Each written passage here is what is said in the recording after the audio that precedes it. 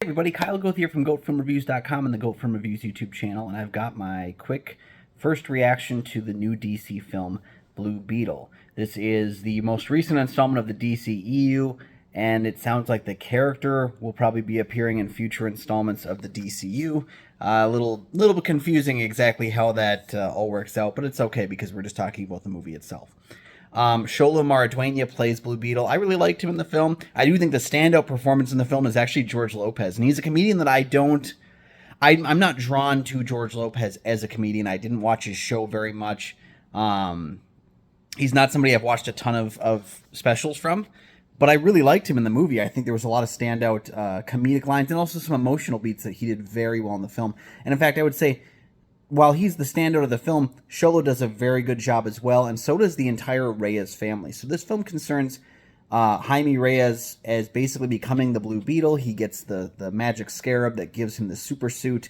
The cool thing about this is, like, there have been comparisons to things like, Iron Man, because it's the super suit, I guess, which I understand.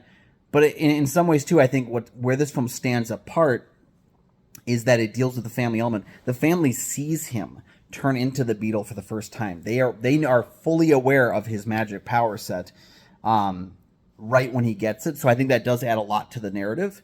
Outside of that, the actual story itself is very superhero origin-y. It's very much what we've seen before again. I think this is kind of like, this story has been told many times. I think the villain is quite weak, which is too bad because Susan Sarandon being cast had me really excited because I think she's a great actress, and I don't think she was given really anything to do. The secondary villain, her henchman, some interesting ideas placed there, but not fully realized all that well. But yeah, and it's got that whole idea of the final boss fight, if you will, is facing off against a villain who has the exact same power set as the first one, which is like every superhero origin nowadays. So it's disappointing in the sense that we've seen this story done before, and we've seen it done many times before, and we've seen it done much better before. What makes this film stand apart is the family itself. The Reyes family is a lot of fun. And they do, I would argue that maybe the Reyes family gets equal screen time to Jaime, who is the main character, but gets about as much screen time as everyone else in his family. So it's kind of more of a Reyes family superhero film. And I think that's where the film stands on its own. I'm giving the film a positive review with those kinds of caveats of yeah, you've probably seen this story before. It's really about the character going through this journey, and I think this character is really fun. The family element is really fun. He's got good chemistry with, I'm blanking on the name of Susan Sarandon's character's niece, who's kind of like his love interest in the film. She's quite good as well, and they have good chemistry together. So yeah, there's a lot of elements to it that you've seen before, that we've seen done better before, but it's the character beats themselves that made the film a lot of fun. And since I didn't know anything about Blue Beetle, it was also kind of fun to experience a new superhero that I didn't have any preconceived notions with.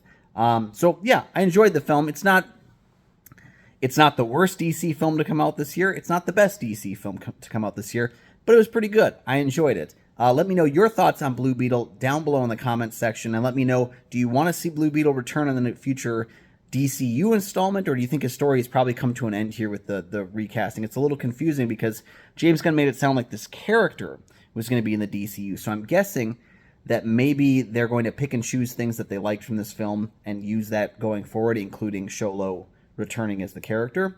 At the same time, I saw an interesting article saying that he is, right now they don't have a Blue Beetle 2 on the release schedule.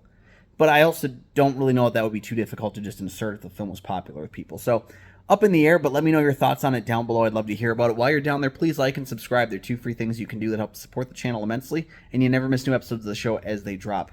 Yeah, you can also check out GoatFilmReviews.com for my many written reviews. You can find Goat Film Reviews on Facebook. You can follow me personally at Almighty Goatman on Twitter, Instagram, Letterboxd, and Threads. And you can find my other show, Kyle and Nick on Film, that I co-host with Nick Palachuk from the St. Paul Filmcast. We have new episodes every single week. Check all those links out down in the description, and we'll see you next time.